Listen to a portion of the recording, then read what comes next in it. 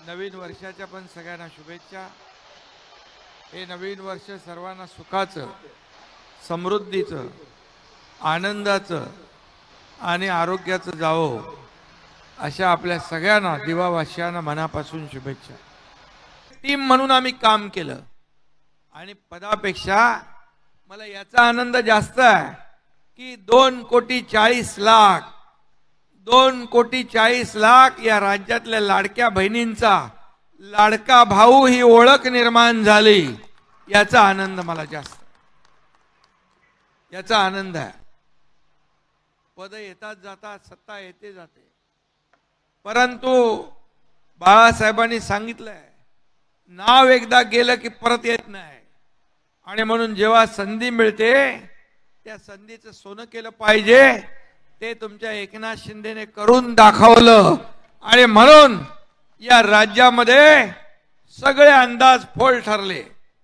माझ्या लाडक्या बहिणी असतील, लाडके भाऊ असतील, लाडके शेतकरी असतील, लाडक्यापेक्षा गतिमानतेने काम आम्ही करू। आम्हाला काय मिळालं यापेक्षा महाराष्ट्रातल्या जनतेला काय मिळणार आहे, त्यांच्या जीवनामध्ये काय बदल होणार आहे, त्यांचं जीवन कसं सुखी होईल, समाधानी होईल। माझ्या लाडक्या बहिणी असतील, लाडके भाऊ असतील, लाडके शेतकरी असतील, लाडके ज्येष्ठ असतील, सगळ्यांना योजना आपण केल्या। या योजना सगळ्या सुरू राहणार, एकही योजना बंद होणार नाही। लाडक्या बहिणींच्या ज्या योजना आम्ही सुरू केल्या बिलकुल कुठली योजना बंद होणार नाही। मी त्यावेळेस म्हणालो होतो तुम्ही फक्त सावत्र भावानं लक्षात ठेवा, आणि तुम्ही सावत्र भावानं बरोबर लक्षात ठेवून त्यांना त्यांची जागा दाखवली आणि महायुतीचे सरकार एवढ्या मोठ्या थंपिंग मेजॉरिटीने या ठिकाणी महाराष्ट्रामध्ये आलं।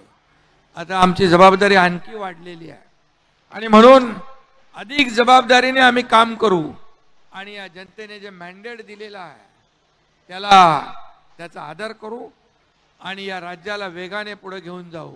राज्य आणि केंद्र सरकार मिळून या ठिकाणी केंद्राचा पाठिंबा आता मी तुम्हाला महाराष्ट्राच्या विकासासाठी ते केंद्र सरकारकडून मिळेल।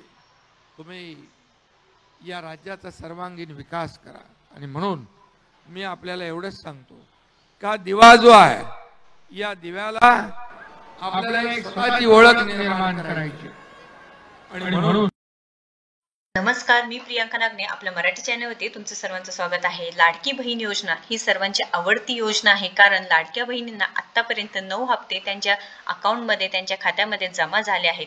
आतापर्यंत सरकारने या योजनेअंतर्गत 2,34,00,000 महिलांच्या खात्यात डिसेंबरपर्यंतचे हप्ते जमा केले आहेत, म्हणजे जवळजवळ 9,000 रुपये तुमच्या खात्यामध्ये जमा झाले आहेत।